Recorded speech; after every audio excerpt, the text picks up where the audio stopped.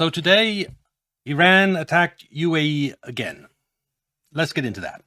Iran is pissed at the UAE. Well, and vice versa. They're pissed at each other because let's go straight to the point. For all practical purposes, the UAE is at war against Iran. They are directly at war. Yep. There's no, Out of all the Gulf states, the UAE has been the most anti-Iran and most warmongering of all the Gulf states.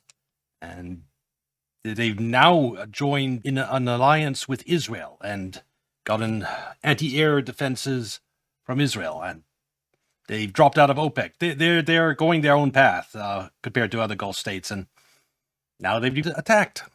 There's no going around it. And Iran, for the moment, they have been very, they are measuring how they're going to respond because they have evidence of everything that was launched using bases in the UAE or a direct UAE input in terms of some of their aircraft. They have all that data. Oh, I'll just show this quickly. United Arab Emirates is right here, and they have this U.S. air base and the naval base. And this air base was used for a lot of airstrikes on Iran. In detail, they have not responded yet. So this blockade of a UAE port de facto today by the IRGC Navy is the first step. There's going to be more stuff coming. And now we are right in the middle of the worst possible escalation trap from both sides.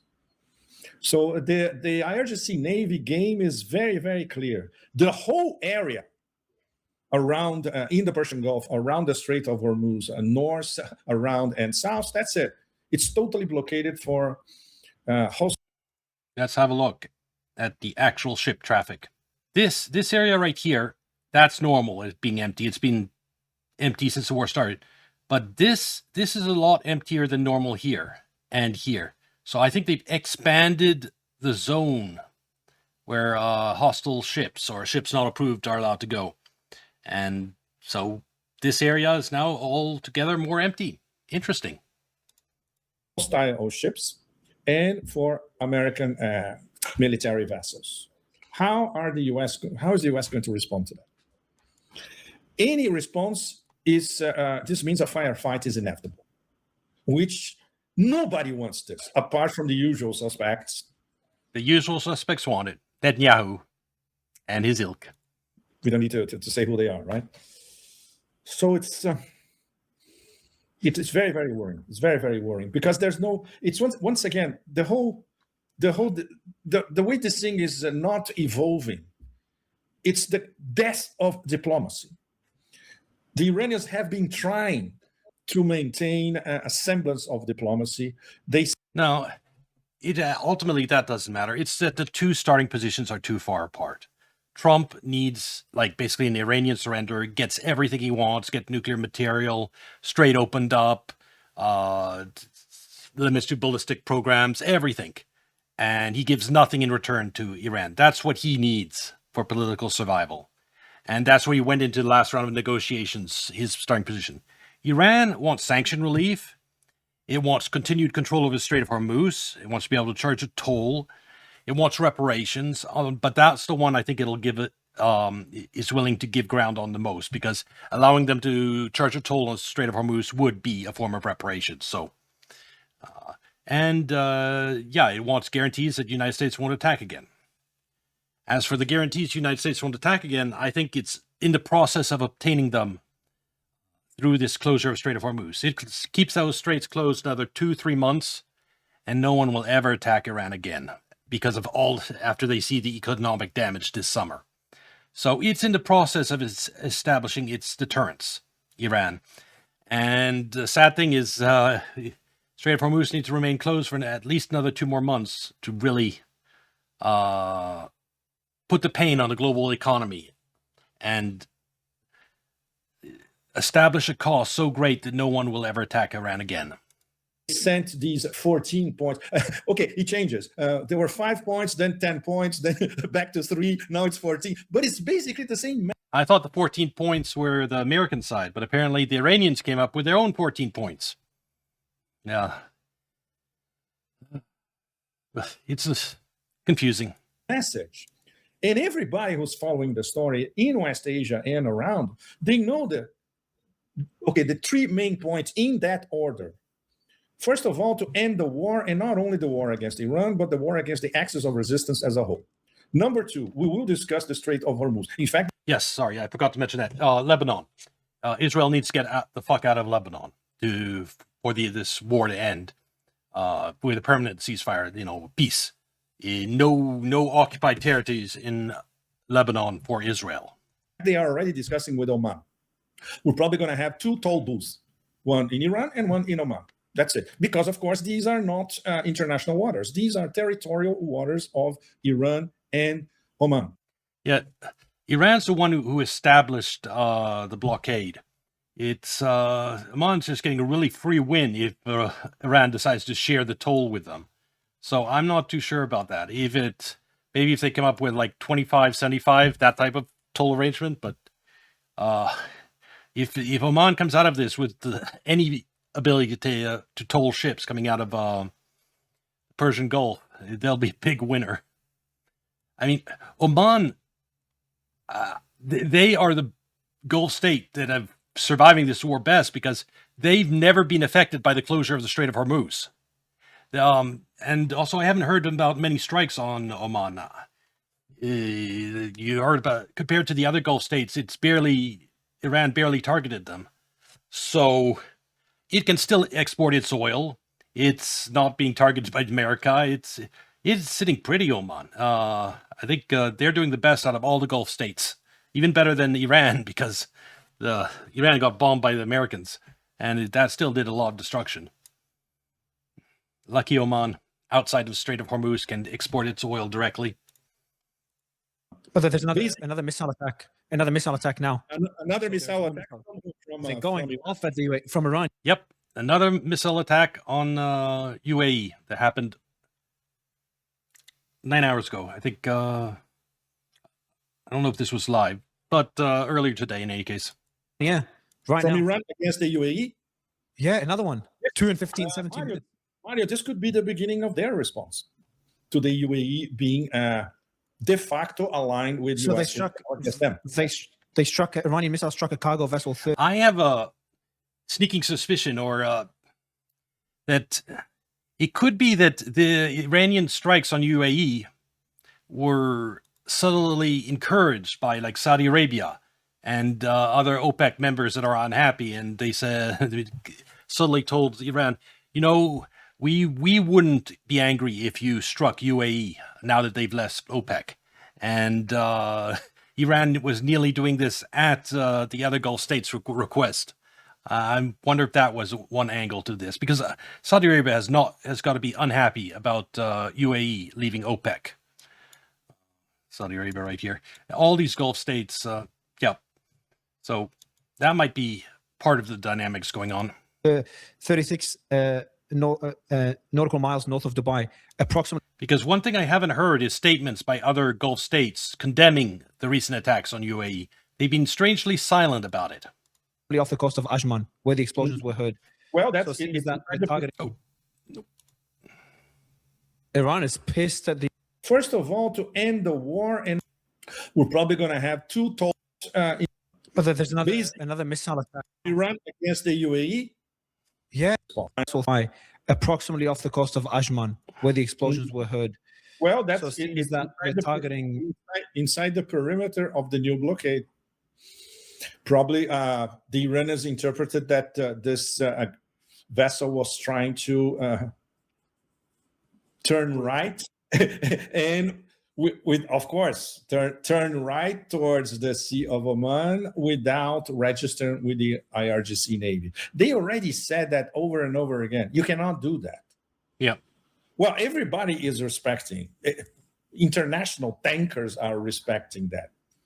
Why one or two are not? So it's a provocation. They see it as a provocation. Very dangerous. Yeah. Very, very dangerous. So, coming back to those three main points. Number one, end of all wars. Number two, discussion about Hormuz. And number three, discussion about the nuclear dossier, which is not a priority for the Iranians. It's a priority for Trump. It's a completely different story. and he tore up the original JCPOA. And even if we have a new nuclear deal, it's going to be a sort of JCPOA 2.0 or a sort of diluted JCPOA. It's going to be very similar to the previous one that he destroyed. Yeah, that is one problem Trump had, even before this Iran war started, is by ripping up the last nuclear deal, he was put in a position where if he has to do a nuclear deal that's a lot better than that old one, or he comes out looking like a loser. Like, why did you rip out the old nuclear deal if you're just going to do a nuclear deal that's exactly the same? So that was the losing position Trump put himself in when he ripped up the old nuclear deal.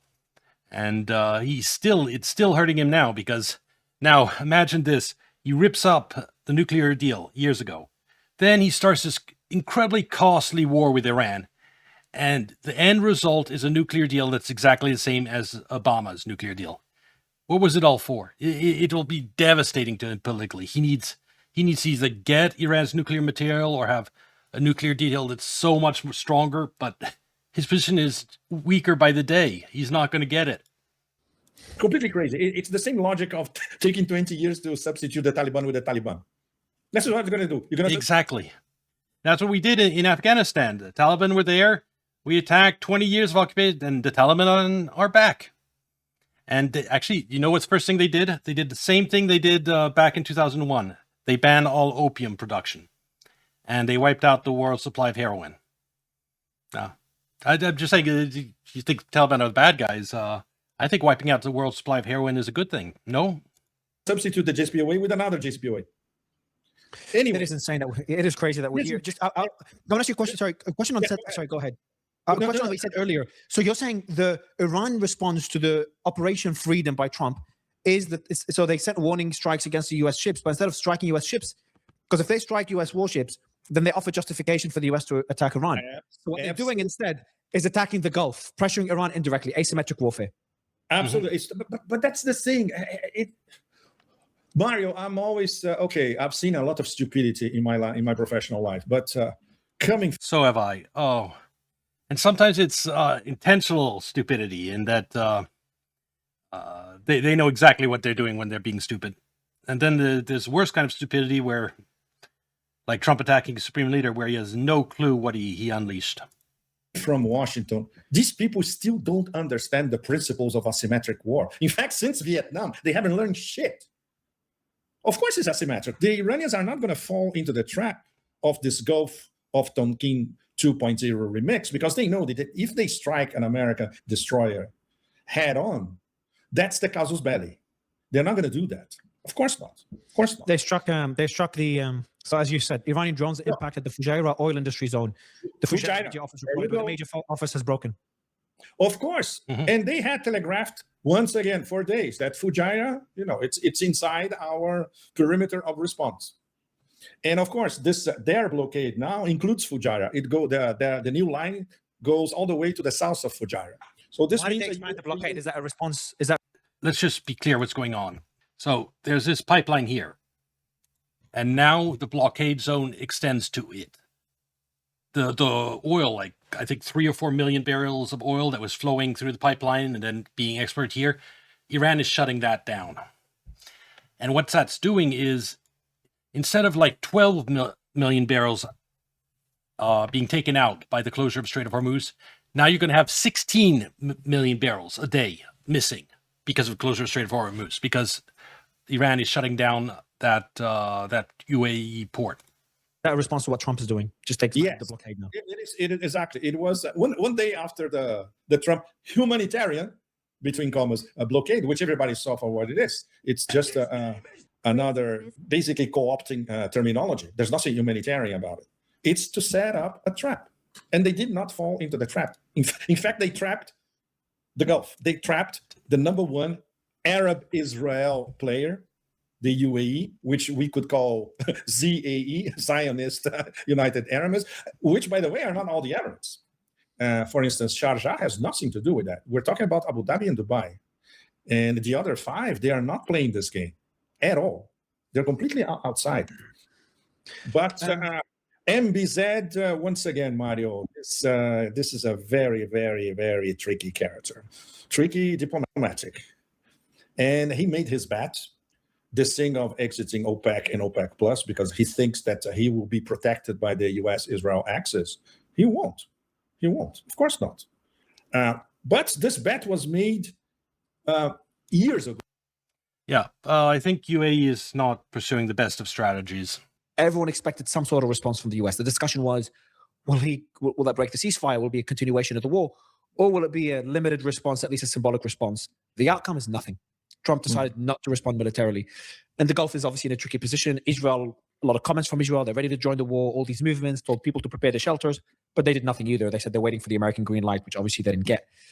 So what do you make of yesterday's events? And even today, by the way, Gulf was struck today and not a peep from the US.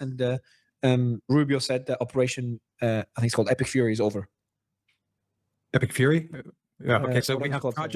we have Project Freedom, we have Epic Fury, and then what's the other one? The main war, the war one. Epic Fury is the main one, yeah. It's called The Epic Fury. escorting of Yeah, ships. that's something also that happened. Epic Fury is now over, according to Trump. I think it's for legal reasons, he doesn't want to go to Congress for authorization. So Epic Fury is over, and maybe a new one will start. It's not even the escorting of Epic ships. Fury, yeah, Operation Epic Fury. The Freedom one, Project Freedom is the escorting guiding. of ships. Well, the guiding of ships. The guiding, yeah. It's not really an Yeah, escorting yeah. of ships. It's guidance of Yeah. ships. Yeah, okay. But yeah, Look, Israel's pushing for the conflict, but they're obviously not going to do anything until the U.S. or if the U.S. does anything. With regards to the hitting of UAE of the pipeline, Yep, the terminal, that's the endpoint of the pipeline that bypasses Hormuz. Most likely, it was Iran. I mean, I understand the reasoning, the motive. That I agree. It was Iran. There have been people floating around it was false flag from Israel or something else. Oh, I think it's good chances it's Iran. The United States provoked Iran with its Operation Freedom. And so they took this opportunity to make their blockade of Strait of Hormuz even tighter and taking out that pipeline that bypasses the Gulf of Hormuz. that is out there for why Iran might have hit it, but they might not. We haven't heard. Once again, I don't think we've gotten an official statement from Iran, have we? they said no. They said they haven't. They did one an hour ago. They said we did not strike it. So the statement was Okay. exactly. You know, no, they said we read, didn't attack the UAE at all. They said no Mario, attacks on the UAE. read Foreign Minister Arachi's post from about 15 hours ago or 10 hours ago.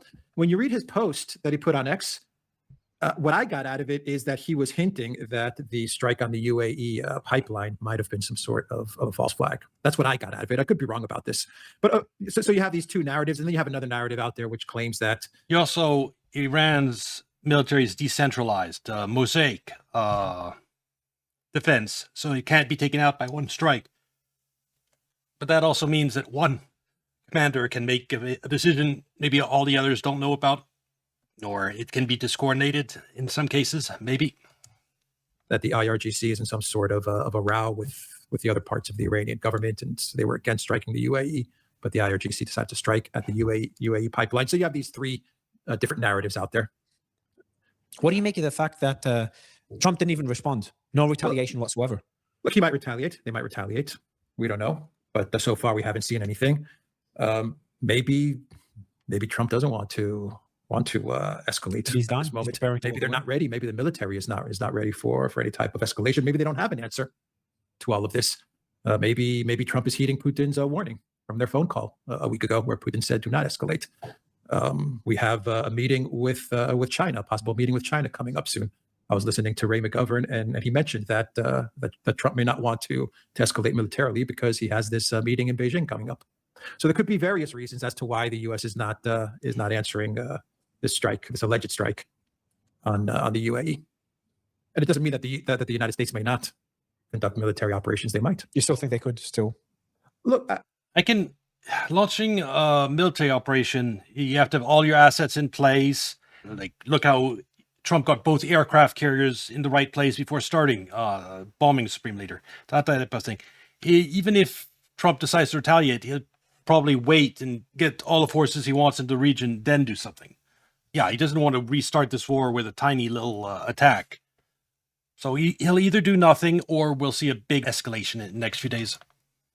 I don't think they will, but I'm not saying they won't. I mean, we don't know. I don't think they will. I think that that the best explanation, whatever happened over the past couple of days, for why the United States is taking a step back, is twofold. I think the first reason is they're depleted. They may not be ready for any military operation, and they probably don't have any military operation that's going to make any difference as far as how the situation is at the moment. It's not going to open up. There's no military operation that's going to open up Hormuz. There's no military operation that's going to lead to a regime change. And so I think that would be the first reason as to why the U.S. is not really doing anything. I think the second reason is the possible trip to China. I think Trump really wants to go to China. Yeah, I talked about that 2 days ago. The trip to China, Trump doesn't want to start a big war, big escalation right before that, I can imagine. He'd have to delay his trip again, which he's already done once. And whether that alone is going to stay his hand. China. It actually went to China as well, I think, didn't he, today? Yeah. And keep in mind, we have the big news, which is not being covered much, which is that China pretty much demolished U.S. sanctions. They took the U.S. sanctions, Such a big piece of news, yeah. and they completely smashed it. That's the first time they ever do this, where they openly, legally request companies not to abide by American sanctions. Yep. So companies have to decide now. Yeah, China said don't listen to U.S. sanctions to its oil companies. So they'll buy oil from everyone now.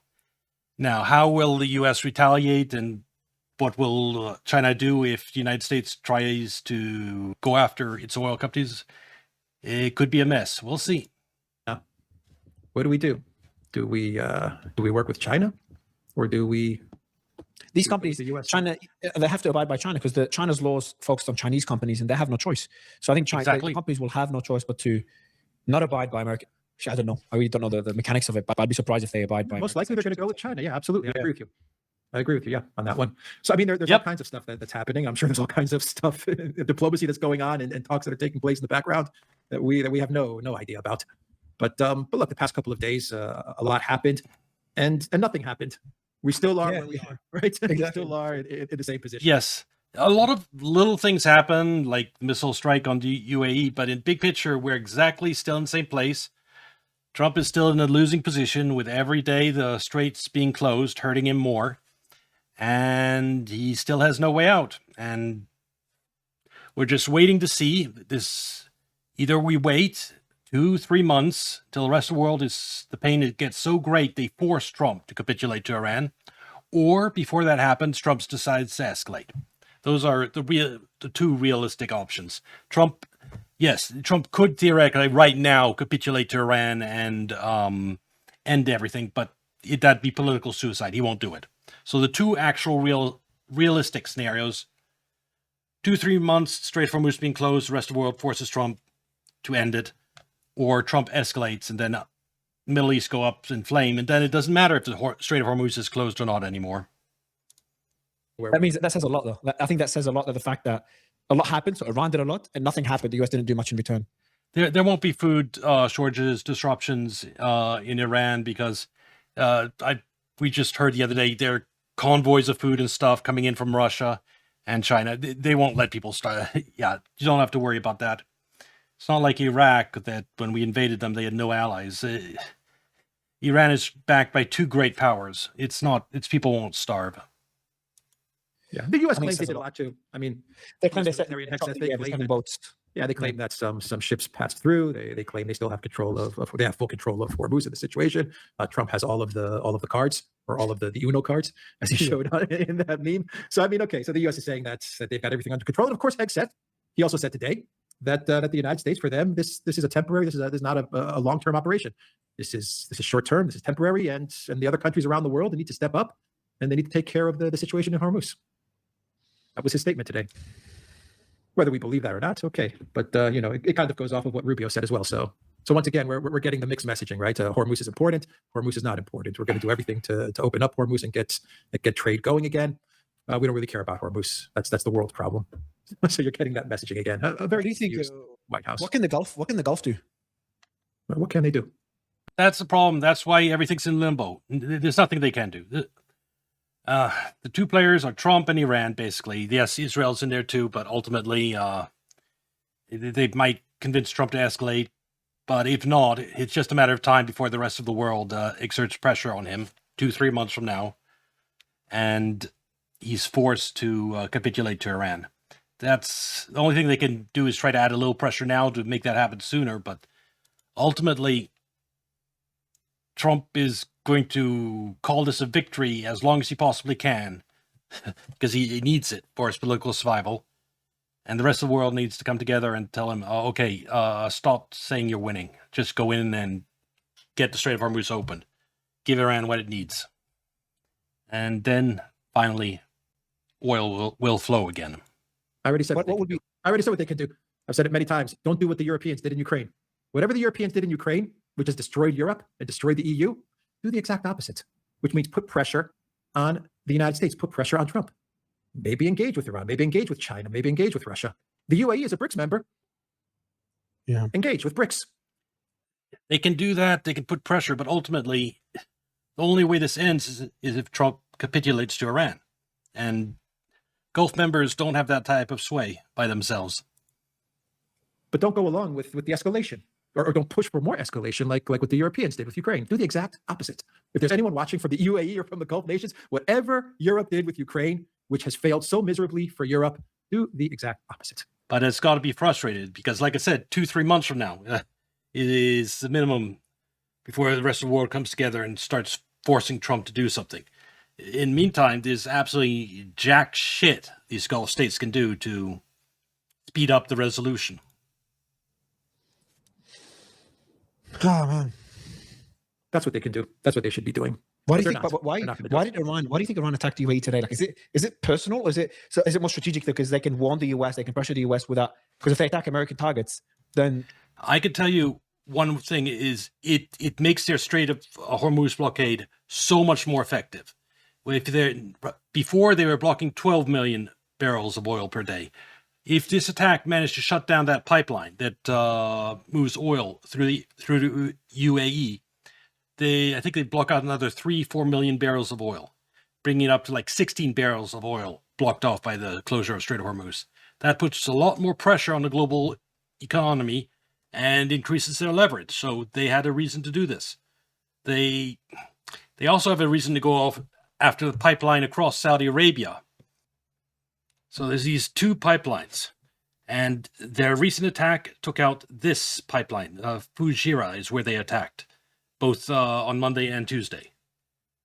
And so if they cut this off, you've now taken 16 million barrels out of the equation. This one here is still open. And but Saudi Arabia didn't drop out of OPEC, didn't ally itself with Israel the last few days, so they haven't gone after this one yet. But if they took this one out, then you'd have a full 20% of the world's oil off the market. It'd be 20 million barrels of oil gone. And everything would get so much worse. Trump will have no choice but to retaliate. I don't think the Iranians want to escalate. So their best approach would be to target a Gulf country or countries. But then the following question would be like, okay, but why not target the entire Gulf? Why, again, just the UAE? And I don't know if it's become personal now for them. Well, again, easy. Only two countries have these pipelines, UAE and Saudi Arabia. This attack was clearly on a pipeline that was moving oil. You see the blockade is here. It was moving oil through past the blockade. Now they've extended the area of blockade down to here, and oil will not be getting out of this port anymore. That is what Iran is signaling. And that'll put a lot more pressure on the global economy.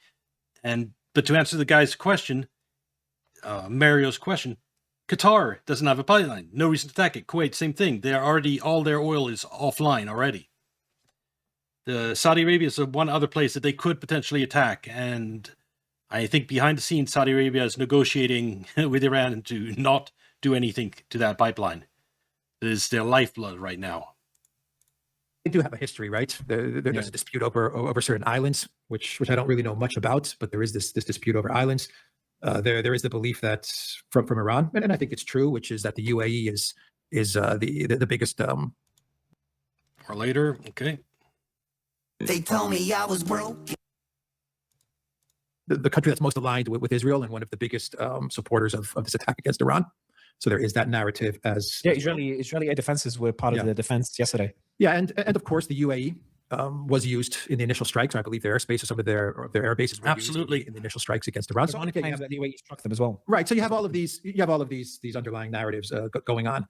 The most I mean, if Iran really did hit the UAE, let's say they did hit the UAE and they hit this this facility, then the reason that makes the most sense to me is they're basically telling the United States to lift their blockade on Iran, and they're saying unless the United States does not lift their blockade on Iran, then no oil is going to get through. No oil is going to pass through the region under any circumstances. So don't try to find any ways to bypass Hormuz. I mean, that's the reason that makes the most sense. Of course, this could have been a false flag as well. I don't discount that either. And once again, if you read Arachi's, the reason why I don't think it's a false flag is this benefits Iran so much more than anyone else. Its blockade of the Strait of Hormuz, closure of Strait of Hormuz, becomes so much more powerful if Fujairah is offline. It puts a lot more leverage into Iranian hands, and this attack only is only against one state. It doesn't help draw in any of the other Gulf states against Iran. So I think it's to punish this OPEC member that dropped out, that allied itself with Israel, and to shut down that pipeline and make the Iranian blockade stronger. Iran has all the reasons to have done it. And the United States just provoked Iran on Monday with its message of Operation Freedom. So, to all taken together, yeah, I don't think it's a false flag. post on X. I don't know how it could be a false flag, because even when I was watching them live, are you talking about the one on the pipeline, not all of them? Because others targeted vessels. Okay. Because others targeted vessels around the UAE and Sharjah port, etc. There is a statement though that was made by Iran's Qatam al-Anbiya central headquarters. So the armed forces of the Islamic Republic of Iran have not carried out any missile or drone operations against the UAE in recent days. Zero, they said, any. And if any action had been taken, we would have announced it decisively and clearly. Therefore, we deny the report of the UAE Ministry of Defense. Now, I don't think they're saying the truth in terms of no attacks whatsoever. Of course. The next statement is the interesting one. They could absolutely be lying. Let me read you the next statement, because that's where it gets really interesting. Exactly. It is announced to the officials and statesmen of the UAE that your country should not become a nest for Americans and Zionists and their military forces and equipment as an Islamic land, betraying the Islamic world and Muslims. You should not trap yourselves in the snare and trap of the Americans and Zionists. Regrettably, the UAE today I was between him and some Saudi, I think. has become one of the main American and Zionist bases as enemies of the Islamic world and the main cause of insecurity in the region, and a place for the deployment of a large part of their military forces and equipment. And then they warned the UAE not to retaliate, and they'll come at a great cost. But they've made it very clear their beef is the amount of presence of US and now Israeli military assets in the UAE. I don't know why, again, still there's a lot of assets, even more assets in other Gulf countries, but maybe it's the increase in military presence. It's not about the amount of military presence, but maybe it's the UAE and their cooperation with Israel that Iran sees as a threat. So for me, that statement... Well, it definitely is a threat. Israel wants war with Iran, and to the extent that Israel has a greater military presence in the UAE, that's right next to Iran. That's on its borders. In my opinion, makes it clear that maybe they struck the Gulf for the region for a way to pressure the US to lift their blockade without striking the US and escalating. And they chose only the UAE because the UAE is the only one increasing their cooperation with Israel. That could be the theory that for me that's pretty much what I believe. And they dropped out of OPEC. Makes the most sense. Look, we can throw around a lot of theories. I think where we are right now is to see what the U.S. reaction is going to be. Yep.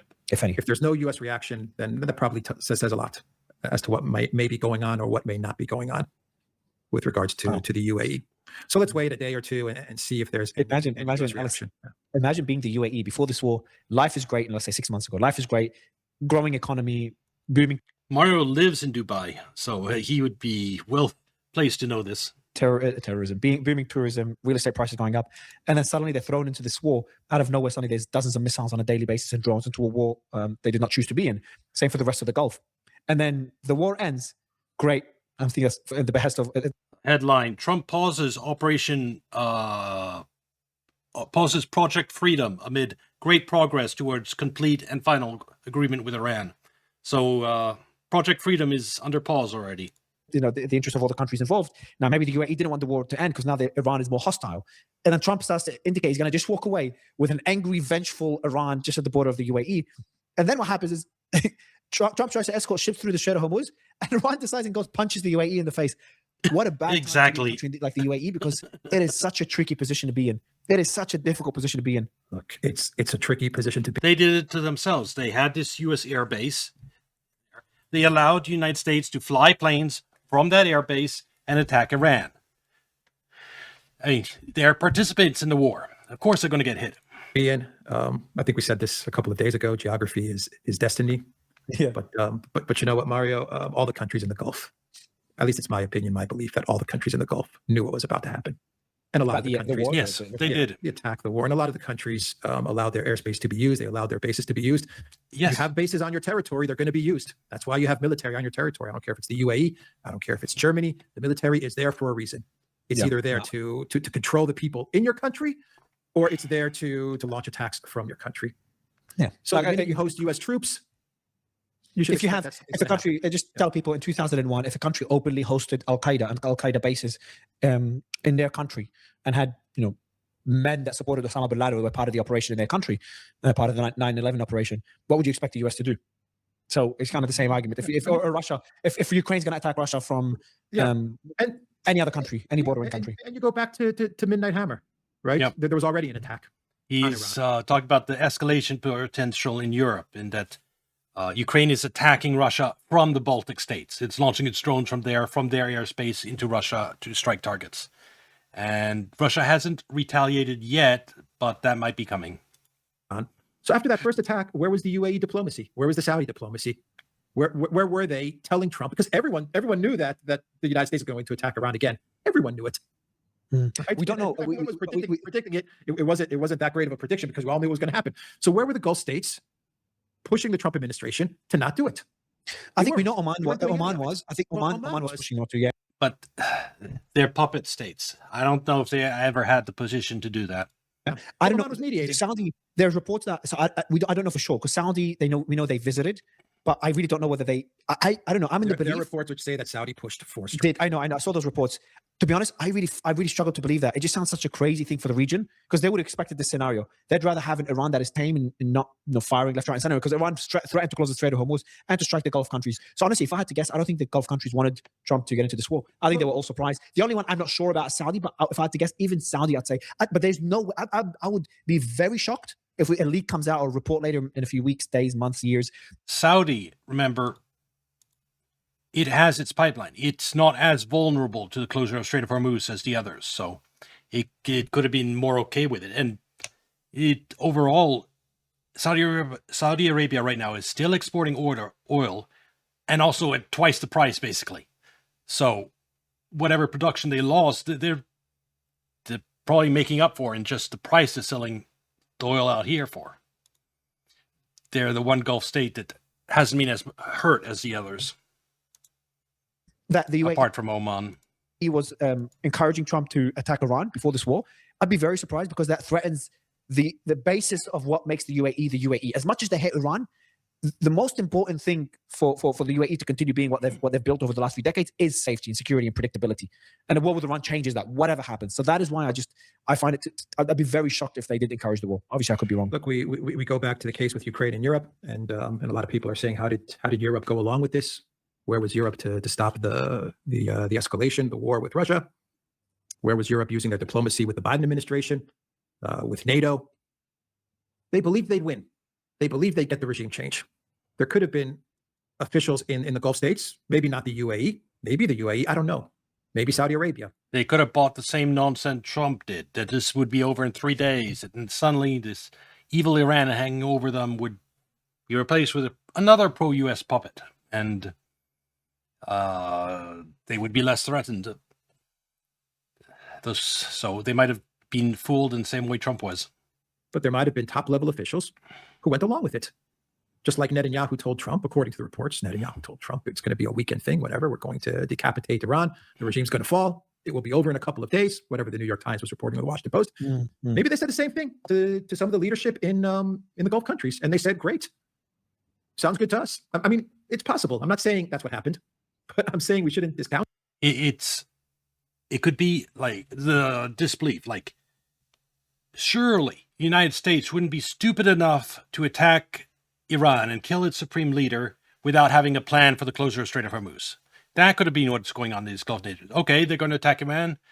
Well, they might close the straits. Well, surely Trump has some plan to deal with that if it happens. So we'll just go along with it. And they probably could not believe that Trump would attack and bomb Iran's supreme leader without having a plan to deal with the closure of Strait of Hormuz. because that would be so absurd.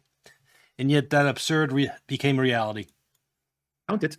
The point that I think we should focus on is where are they now? What are they doing now? What are they doing at this moment in order to put an end to this? Because this is their region. And you said that they value stability, they value security. They've been hit very hard. There's nothing they can do, really. They have no sway over Trump to end this. They can just, the only thing they can do is wait, endure the pain, and wait for the rest of the world to eventually force Trump's hand to capitulate to Iran. That's their only strategy, their most viable strategy. The other strategy is just to escalate things and they cease to be countries. Like the desalination plants get hit, their oil infrastructure gets hit, the entire Middle East, or the desert part of it becomes uninhabitable with no oil anymore for the next 3 to 5 years. And basically a lot of these monarchs would fall under that scenario. So yeah, the escalation doesn't really work for them. Hard. It's going to be very difficult for these countries to recover, but they should be doing something to bring an end to this. It hasn't ended. It might have ended, man. Like again, I really believe it's ended, and that reinforces it for Iran to do what they did yesterday.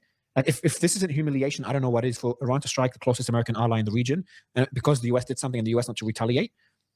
And of course I could be wrong, and things could change after the meeting with Xi, as you said, and as McGovern said. But I think this is the clearest indicator that Trump is done with Iran. And the Rubio's already in a press conference he did earlier, like about half an hour ago, started talking about Cuba again. Sure. I mean, they could say, let's shift. That might be Trump looking for a victory, and he can't get it in Iran. He's now turning to Cuba. That might be Trump's thinking. If I can get a small victory in Cuba, that would help me endure this incredibly painful loss in Iran. I don't know if he can get a victory in Cuba, and I don't think it would help that much. To Cuba, but it could also be deception. They could be saying stuff like it's over or we're not interested in truce, and then they might strike. The question is, even if they were to strike, what are they going to accomplish? What are they trying to accomplish? What can they accomplish militarily without boots on the ground? Is Trump ready to put boots on the ground? Of course not. How many troops does he have in the region? 50,000, give or take? It's not nearly. No, 50,000, but only of that actual soldiers, fighters with, troops. It's about closer to 1,500. So the invasion force would be 1,500. The rest are logistics, like command and control, that type of stuff. Enough to do anything. So what's he going to do from the air that's going to change the situation so drastically? What can the United States do at this moment? I can't think of anything. They were talking about the hypersonic missile, and that was going to be some wonder weapon operation. They stopped talking about it because they probably realized what's a hypersonic missile that we've never fired before, which is pretty much in test mode. And if it failed, that would be a huge humiliation. But even if it succeeded, I mean, United States was striking targets without any problems without hypersonic missile. Hypersonic missiles are only useful against advanced air defenses, like China possesses, like Russia possesses, like the U.S. possesses. Against the third world, second, don't know if Iran third world, but it doesn't have the air defenses of superpower, and there's no reason to use a hypersonic missile on them. What is it going to accomplish? What are we looking for it to do? Look, they want a regime change. They haven't gotten regime change. They're most likely not going to get regime change. All the nonsense talk about the economy collapsing and all of that stuff. Where's all of that talk? We're choking their economy in 2-3 days. Iran's going to collapse in 2-3 days. Their storage is going to overflow and it's going to burst. What was Besid saying? Iran just exported records amount of oil at a record price for like a month and a half before the United States decided to impose its naval blockade.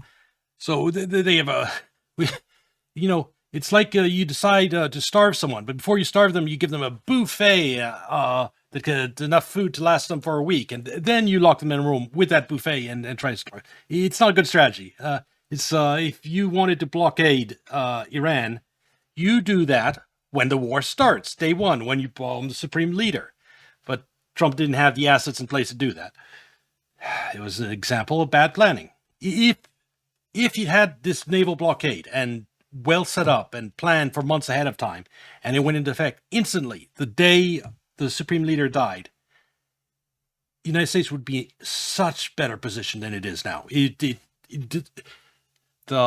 Yes, I think the overall balance of power would still be in Iran's favor because overall damage to the world economy would be severe. But Iran would be hurting so much more, and we'd be applying pressure on them too. But after they've had a month and a half to export records amount at record prices, yeah, we're not going to get them to capitulate. Saying their storage facilities are going to bust and burst because they don't have anywhere to put the oil. Nonsense. It's all nonsense. I think you even posted about that on X. I think you even put out a detailed post debunking the whole storage facility narrative from Bloomberg. US. FDD, Freedom for Democracies, whatever, a Foundation for Democracy Freedom, whatever it's called. April 12th, they said 13 days and Iran will have to start shutting off their wells. So that should have been April 25th, about 2 weeks ago. April 25th, they said 18 days, which should be soon. And then 2 days ago, they said, it'll take 5 to 6 weeks for their wells to shut off. So I think the hope of look, it could still work, just take longer. I think the last card that Trump has, which obviously didn't work with Russia, and that's something you've covered extensively, is economic warfare. I'm not sure if that will work on Iran, but that's How I don't think there's nothing else on the table. How much more economic? They already have all these sanctions. What more can they do? And this is at a time where China has said, fuck U.S. sanctions. What economic warfare can U.S. do to Iran at this point? Warfare. How much more? And do we honestly think that Iran's not prepared or ready for economic warfare? Do we honestly think that China and Russia are not going to back Iran with whatever economic warfare the United States throws at it? We already know China's response. We have China's response. Exactly. They've given it. And it's unprecedented. Yeah, China has said, no more sanctions. So we know what China's position is. And I'm sure the White House is taking all of that into account. So they have a phone call from Putin, who told them, don't escalate. Don't you dare. We have China's response with regards to sanctions and economic warfare. So what does the Trump White House do? They need to deal with. The only way is to capitulate to Iran. But again, you need the rest of the world to twist Trump's arm to get him to that point, and you need another 2-3 months of Strait of Hormuz closed to get the rest of the world to develop the backbone and the desperation to confront Trump. So we're not going anywhere for 2-3 months. With Israel, the Trump White House needs to deal with Israel. They need to get to the table with Iran. Unfortunately, the reports are now that that Vance has been removed and they've put in a hardliner with Kushner and Witkoff. Oh, the FDD guy. Yeah. Right. Yeah, no hope of anything right now. Not until the rest of the world confronts Trump and tells him to solve the problem. That's what some of the reports are saying. I don't know. No, it's true. It's true. It's true. The FDD. But I have about JD Vance, I'm not sure. But the FDD guy's there. He's a hawk.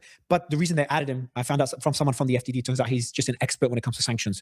So if anything, it indicates more economic warfare. He's not someone that he specializes in sanctions. So that was he can specialize all he wants. I don't know what other sanctions they're going to put on Iran that's going to make any difference whatsoever. And which countries can enforce it? Because now, if any country, remember, Iran said if anyone enforces sanctions against them, what they will do is they will block ships belonging to that country from going through the Strait of Hormuz. So how can a country sanction Iran if Iran will block their ships from going through the Strait of Hormuz? Yeah, I spoke about this. By controlling the Strait of Hormuz, Iran has a way to sanction countries around the world, and it has a way to lift sanctions on itself. I mean, if you listen to the United States and sanction me, no oil for you. What country can place meaningful sanctions on Iran outside of the United States? What, the European Union or the UK is going to place sanctions on Iran? Who cares? No one cares about their sanctions. They're meaningless. It's the United States. It's when the United States sanctions you. That's it. That's the only country that matters. And as we said, China blew all of that up the other day. So the only option left is diplomacy. The question is, does the U.S. understand? Does the Trump administration understand how to do diplomacy? And can the United States be? I think they might understand or not. Actually, it doesn't even matter. They're not ready for diplomacy. Trump is not ready to recognize that he's lost this war.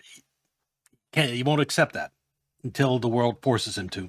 Trusted to do diplomacy. And what does the United States do about Israel, which is continuing to push for a military solution where there is none? So that's what Rubio just said. Rubio drew the red line. Okay, that's probably a good place to stop. We've covered everything. This crystal clear where things are now. It's just a waiting game. It's only to sit back and watch fireworks in the world economy as the next 2 months as things break apart and explode. That's the optimistic scenario. As long as the optimistic scenario, assuming Trump doesn't escalate. Anyway, this will be on YouTube. Like and subscribe. Come watch on Kick or Twitch, and I'll see you next video. Bye.